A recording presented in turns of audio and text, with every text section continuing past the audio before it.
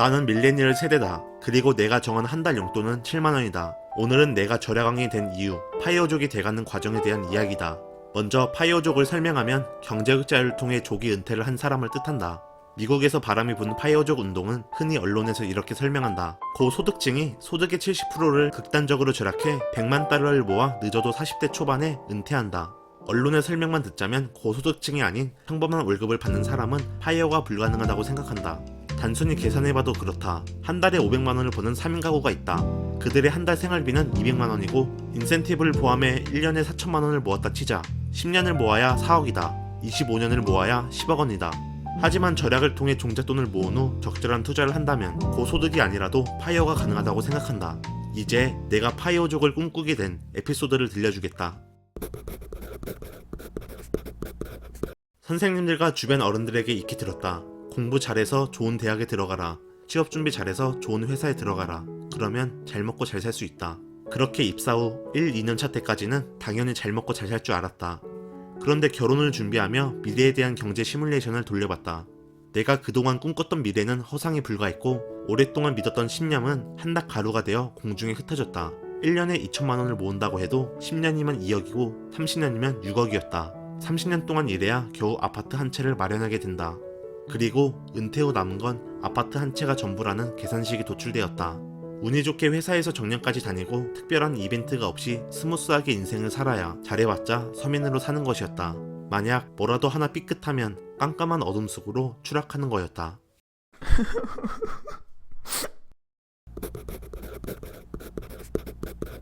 우리 부모님은 누구보다 열심히 사셨다. 그런데 지금은 집과 국민연금밖에 남은 게 없다.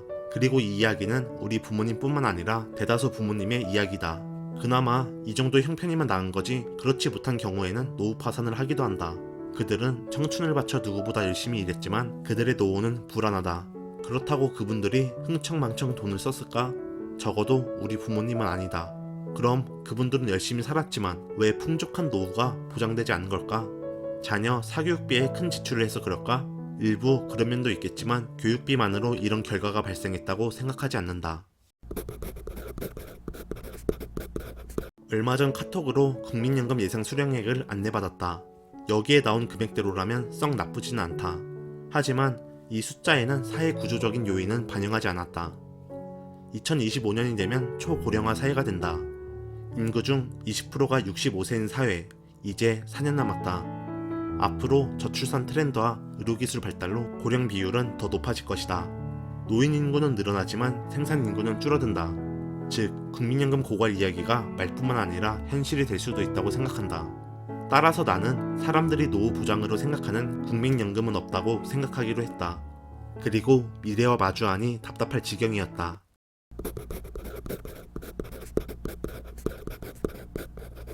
회사에서 칼퇴를 하고 집에 오면 저녁 8시다. 그리고 어느 날 퇴근길에 실개천에서 산책하는 부부가 눈에 띄었다. 난 이제 집에 가서 밥 먹으면 9시인데 그들은 이미 여유로운 저녁을 보내고 있는 것 같았다. 출퇴근 시간이 왕복 3시간 30분이라고 주변 사람들에게 이야기하면 남들도 다 그렇게 산다고 한다. 하지만 나는 이런 말이 아무런 위로가 되지 않았다. 이 무렵 왜 남들과 다르게 살면 안 되는가 라는 생각이 한동안 나의 뇌를 지배했다.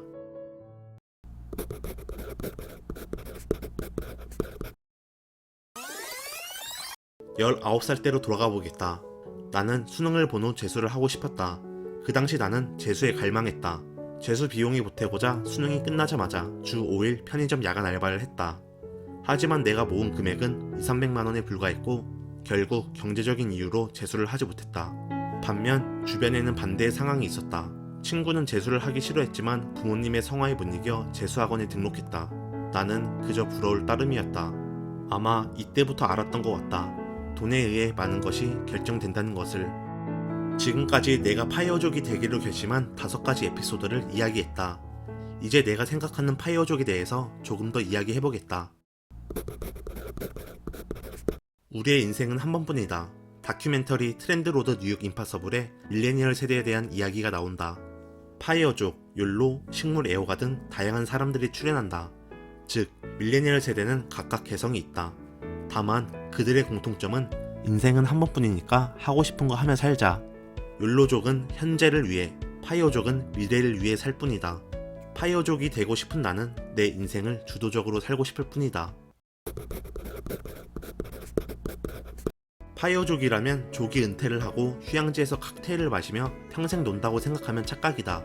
나는 일을 그만두고 싶어서 파이어족이 되고자 하는 게 아니다. 파이어족이 되면 회사를 그만둔다고 생각하는 건 오해다. 젊은 나이부터 놀아봤자 심심하다고 이야기하는 사람도 있다. 파이어족이 된 후로 본인이 진정 원하는 일을 하며 사는 것이다. 책을 집필할 수도 있고 유튜버가 될 수도 있다. 또한 현재 회사에 만족하면 회사를 계속 다닐 수 있다.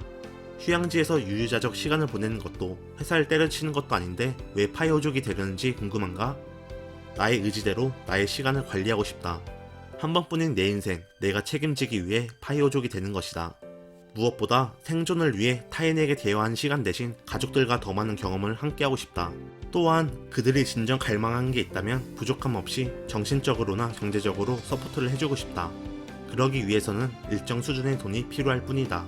나는 그저 젊은 시절 남들보다 더 많은 시간을 투자해서 내 인생의 진짜 주인이 되어 가족들과 행복하게 살고 싶을 뿐이다. 주로 미국의 파이어족은 100만 달러, 우리나라 돈으로 11억 정도가 있어야 4%의 룰을 적용해 파이어족이 될 수 있다고 이야기한다. 하지만 나의 경우 11억 이상이 목표 금액이다. 정확한 목표 금액과 달성 시기는 이야기하지 않을 것이다.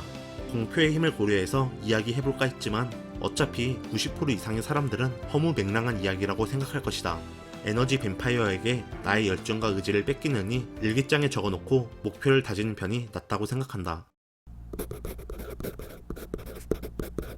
일단 이 영상을 만든 것 자체가 노력이다. 귀연 정도의 유튜브 수익이지만 본업 외에 파이프라인이니 의미가 있다. 이외에 패시브 인컴을 만들기 위해 채널명답게 절약을 하고 있으며 주식 및 부동산 투자를 하고 있다. 이렇게 생각하는 사람도 있을 것이다. 인생에 재미가 없네. 이렇게 어떻게 산대? 지금 내 인생은 어느 때보다 즐겁다. 파이어족이라는 목표에 한 걸음씩 가까워지고 있는데 재미가 없을 수 없다. 가끔 현타가 올 때도 있지만 눈에 보이는 성과가 있기 때문에 한 달 용돈 7만원에 만족하며 오늘도 절약하고 사이드 잡하며 투자한다. 주변 사람들은 이야기한다. 나같이 평범한 사람은 경제흑자를 이룰 수 없다고. 그런 거는 금수저나 전문직이 가능하다고 한다. 분명 이 영상에도 댓글이 달릴 것이다. 결혼하거나 아이가 있으면 절대 파이어 못해요. 그러나 나는 의심하지 않는다. 내가 목표로 한 시기에 난 분명히 파이어 할 것이다. 지금까지 잘해온 것처럼 앞으로도 잘해낼 것이다. 수년 뒤 절야강TV 채널을 통해 보여주고 싶다. 아이가 있는 평범한 3사인 가구가 우리나라에서 파이어가 가능하다는 것을 말이다. 오랫동안 꿈을 그리는 사람은 마침내 그 꿈을 닮아간다. 2021년 1월 30일